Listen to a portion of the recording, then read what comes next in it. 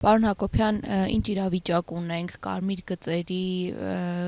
դրանց վճարների եւ տոկանված քաղաքացիների իրավունքների պաշտպանության հարցով։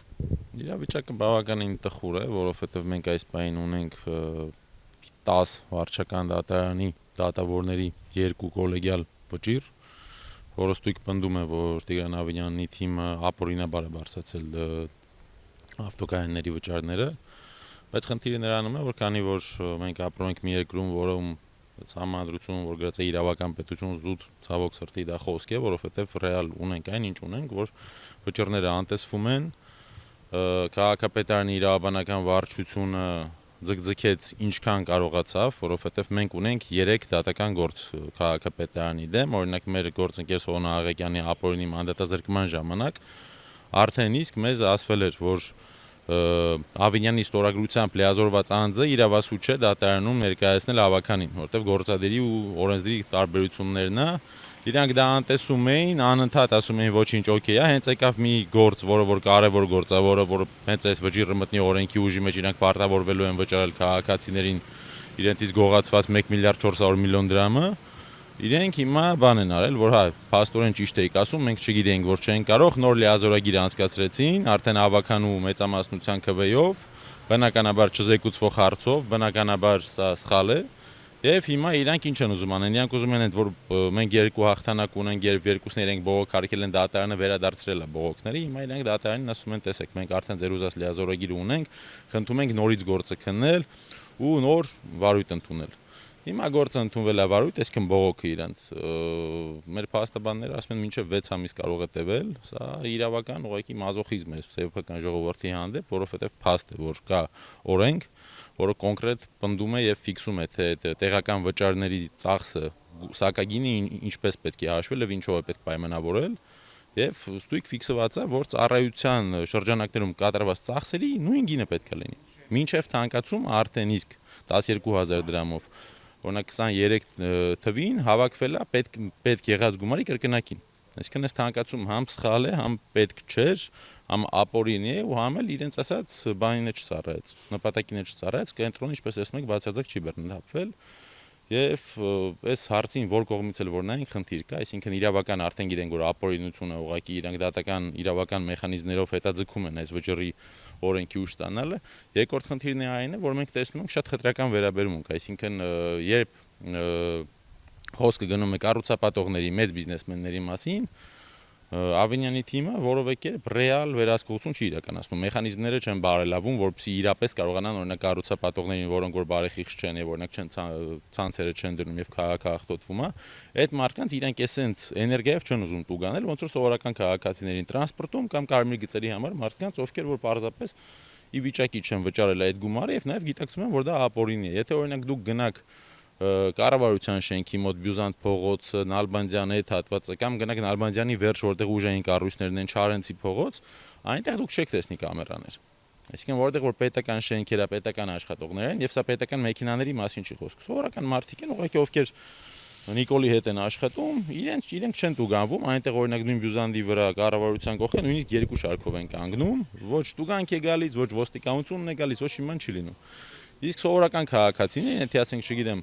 սովորական քաղաքացին ստանում է ամիսը, չգիտեմ, 200-300 հազար դրամ աշխատավարձ, ինքը պարտավորվում է տարեկան այդ 160 հազարի վճար անել, որպեսզի գա աշխատանքի, մեքենան կայանի, բնականաբար կարծում եմ նա իրեն չի կարող թույլ տալ նման ծախս, իսկ եթե անում ես ամսական, էլ ավելի թանկ է դառնում ու ամենամեծ խնդիրը այն է, որ իրենք կրկին ստեղծում են կոնֆլիկտային իրավիճակներ քաղաքացիների մեջ, այսինքն այսօր մարդ ով ապրում է ծայրամասում իր ընտանիքը պահելու համար գալիս է կենտրոն աշխատանքի եւ ի վիճակի չէ կայանել մեքենան այդտեղ, մտցնում են արդեն բոլորս գիտենք բակերը, շլագբաումների այդ պուլտերը կոպիա են անում, մարդիկ մտնում են ու անդադ ինչ որ խնդիրներ է ստեղծում բնակիչների եւ այդ տարածքում աշխատող մարդկանց միջեւ պետությունը իբրև սուբյեկտ իր կարևորագույն գործառույթներից մեկը այն է, որ ստեղծել այնպիսի մթնոլորտ եւ այնպիսի օրենքներ եւ օրենքին բոլորին հավասար ներկայացնելու մթնոլորտ, որ մարդիկ մինիմալի հասցնեն կոնֆլիկտների հավանականությունը, բայց այս իշխանությունները հակառակն են անում, կոնֆլիկտները շատանում են, մոտեցումը խտրական է, իրավական համակարգը չի գործում, այո, ապրեն այն դատավորները, ովքեր որ արդարացի վճիռ են տվել, բայց մենք տեսնում ենք, որ ընդհանուր առմամբ միևնույն է դատաիրավական համակարգը չի գործում, որովհետև եթե տեսնում ենք ընդդիմադիրների վերաբերյալ գործերը, իրենք 1 օրում կարող են մարդուն հասցնեն բանտ։ Հենց վերաբերվում է իրենց թիմակիցների, իրենց ժողովրդին, այդ գործերը sense ծամծմվում են, երկարում են, վերջում է, նույնիսկ եթե շատ հանրային ճնշում է լինում, մեկը կալանք է ստանում, հենց այդ ճնշումը անցնում է, իրենք սուսուփուս, հետո խափանման միջոցները փոխում են, մենք նույնիսկ տեղյակ չենք լինում։ Ու փաստացի մենք ունենք մի երկիր, որտեղ որ դատական ատյանները, այդ ամբողջ համակարգը ծառայում է կոնկրետ քաղաքացիական պայմանագիր կուսակցությանը, որովհետև սա չի կարող որևէ ժողովրդավար երկրում նման աբսուրդային վիճակ լինել, երբ որ պետությունը, այսինքն այս դեպքում տեղական կառավարման ինքնակառավարման մարմինը անում է մի որոշում, այդ նույն մարմնի ընդդիմադիր զանգվածը որոշումը տանում է դատարան, ապացուցում է, որ այն ապօրինի է, դրանից հետո պետությունը բողոքարկում է պետության վճիռը փաստացի։ Այսինքն Երևանի քաղաքապետարանը չի հավատում վարչական 10 դատավորի, ովքեր որ ստույգ ասել են, որ սա ապօրինի է, ու իրենք հիմա ուղղակի երկարացնելու են, ձգձգելու են սա, ինձ թվում է մինչև հունիս ամիս սենց ուղղակի բան կանեն, հետո արդեն կերևա, եթե մնան իշխանության կշարունակեն, եթե չէ, արդեն պատասխանատվությունը կմնա նոր մարդկանց վրա։ Ձեր գնահատմամբ իշխանությունները ինչու են շարունակում գնալ այն ճանապարհով, որ դատարանը ոչ իրավաչափ է համարել, նպատակը քաղաքացիներից հավելյալ գումար շորթելն է։ Այո, նաև հավելյալ գումար շորտելն է, որովհետև ինչպես ասեցի 1 միլիարդ 400 միլիոն ավել գումար են աշխատել, բայց այդտեղ մի հատ ուրիշ խնդիր էլ կա, իրենք առհասարակ իբրև քաղաքական միավոր միշտ դժվարացել են, վատ են եղել այդ պատասխանատվություն ստանձնելու հետ, եւ այստեղ փաստացի եթե տվյալ վճիռը մտնի օրենքի ուժի մեջ, իրենք հայտարարակվելու են, իրենք արդեն իսկ հայտարարակվել են, դա բայց արդեն դառնալու է պաշտոնական մի ձև ու դրանից հետո քաղաքացիները բոլորը կարողանալու են իրենց գումարները ետ ստանան, դա նախընտրական տարի է, բնականաբար իրենք չեն ուզում այս վնասը կրեն, դրանից բացի այո իհարկե իրենք ուզում են բյուջեն լցնեն, որպեսզի օրինակ Ավինյանը ու իր ամբողջ անձնակազմը նոր ծառայական մեքենաներ ունենա, անտեսելով Երևանի կանգառները, անտեսելով խոցելի սոցիալական խավի ներկայացուցիչներին, իրանք անընդհատ անում են այնպիսի ծախսեր, որոնք անհրաժեշտ չեն, բայց ուղղակի սիրուն պատկեր են տալիս։ Այսինքն այո, տուրիստը որ գա Երևան, տեսնի որ Երևանում անընդհատ փառատոններ են տեղի ունենում կամ տեսնի փոքր կենտրոնը ինչ լավն է, ասի հրաշք պետությունն է, բայց պետության գործառույթը դա չէ, պետության գործառույթը այն է, այդ ծայրամասերում ապրող գումար չունեցող մարդկանց համար խնդիրներ լուծել, իրենց կյանքի մակարդակը բարձրացնել եւ մենք ակնհայտ տեսնում ենք խտրական վերաբերմունք, իրենց համար կարեւորը ոչ թե մարդու սոցիալական կարգավիճակը, այլ քաղաքական պատկանելությունը, այն մարդիկ, ովքեր իրենց կողմնակից են, այդ մարդկանց համար իրենք ծառայությունները մատուցում են, օգնում են, աշխատում են, անդիմադիր մարդկանց օրինակ հակառակը։ Մենք հիմա մեր թիմակից ընկեր ունենք, ով ունի իր սեփական շենք, այսինքն ինքը բիզնեսմեն չի վերցրել, դա չի սարքի, ուղղակի իրանն է ժառանգած։ Իրան արդեն 3-4 անգամ այդ ցանցապատումը չանելու համար տուգանել են ու այդ համակարգն է շատ սխալ է, որովհետև ոնց որ եթե դու օրինակի համար ունես քո սեփական տունը, որ ուղղակի քառակուսիով մեծ է, քո վրա վերահսկողությունը եւ տուգանքները նույնն են, ինչը որ մեծ շենք կառուցապատողին է։ Եվ փաստացի, քանի որ մեխանիզմները թերի են եւ իրենք է որովե կերպ դա չեն ուզում ուղեն, իրենց ճաշակի հարցն է դառնում, թե ում տուգանել, ում ոչ։ Ավինյան օրինակ կրկին ցույց տվեց իր կրկնակի ստանդարտների հանդեպ սերը, երբ որ իրեն հարց տվեցին ցանցերի վերաբերյալ, որ քաղաքը փոշու մեջ կորած է, ինքը ասեց ժողովուրդ ջան, ախր օրենսդիրը մենք չենք, այդ տուգանքի չափը մենք չենք որոշի, 70,000 դրամ է, դա բնական է, մեծ կառուցապատողի համար $200 ինչ է։ Գտակ շարունակի իր գործը անել։ Բայց հենց այդ սովորական ով որ մարդը իր տունն է, չգիտեմ, սարքում կամ բանում, իր համար դա խնդիր է, չէ՞, բայց այս մարդիկ ասում են իրանք օրենսդիրի հետ կապ չունեն, իրանք չեն որոշել, բայց որ եթե հիշենք օրինակ տրանսպորտի բոյկոտը,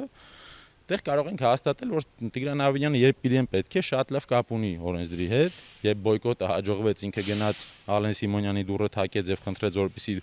քաղաքացիներին տուգանելու նոր օրինագիծ բերեն, որպեսզի ընդդիմադիր խմբակցության այս պահին գործող օրենսդրությամբ գործող մեր պայքարի մեխանիզմից մեզ զրկեն, որը տեղական հանրակրվեն էր։ Եվ կրկին ցույց տվեցին, որ երբ իրենց պետք է, իրենք բոլոր տեղ իրենց ձեռները հասնում է, երբ իրենց պետք չէ, իրենք պարզապես քաղաքային իշխանություն են, իրենք նման բաների հետ կապ չունեն։ Բայց այս ամենը խաբեբայություն է, եթե լինենք կոռեկտ, փաստացի դուժում է քաղաքը, դուժում է երևանցին եւ անձնապես ինձ համար ամենամեծագույն խնդիրը այսօր Երևան քաղաքի հենց այդ շենքերն են, որովհետեւ գիտեք, երբ որ իշխանությունը փոխվի, չգիտեմ, սակագները կարող են փոխվել, օրենսդրական մեխանիզմները կարող են փոխվել, որպեսզի իշա քաղաքացու լինի, բայց այս շենքերը որովհետեւ չեն վերանալու։ Հիմա մենք Տիգրան մեծ փողոցի վրա ենք, ելի մի հատ գնացեք տրանսպորտի ես, որ Երևան City դեմը կանգ առկա։ Գնացեք մի հատ տեսեք, արդյոք նման կանգար ունեցող քաղաքը ու ունես չլի ծայրամասենք, կենտրոնում ենք։ Նման կանգար ունեցող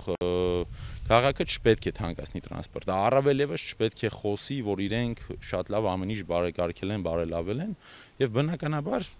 իմ պատկերացմամբ միակ լուծումը դա համընդհանուր քաղաքական փոփոխությունն է, այսինքն իշխանապողությունը, որտեղ այս մարդիկ բան բարեխիղճ չեն, համ պրոֆեսիոնալ չեն։ Այսինքն դու կամ պետք է ուզենաս մի բան շատ անես, որ ստացվի, կամ գոնե պետք է շատ լավ մասնագետ լինես, իրանց մոտ երկուսն են բացակայում։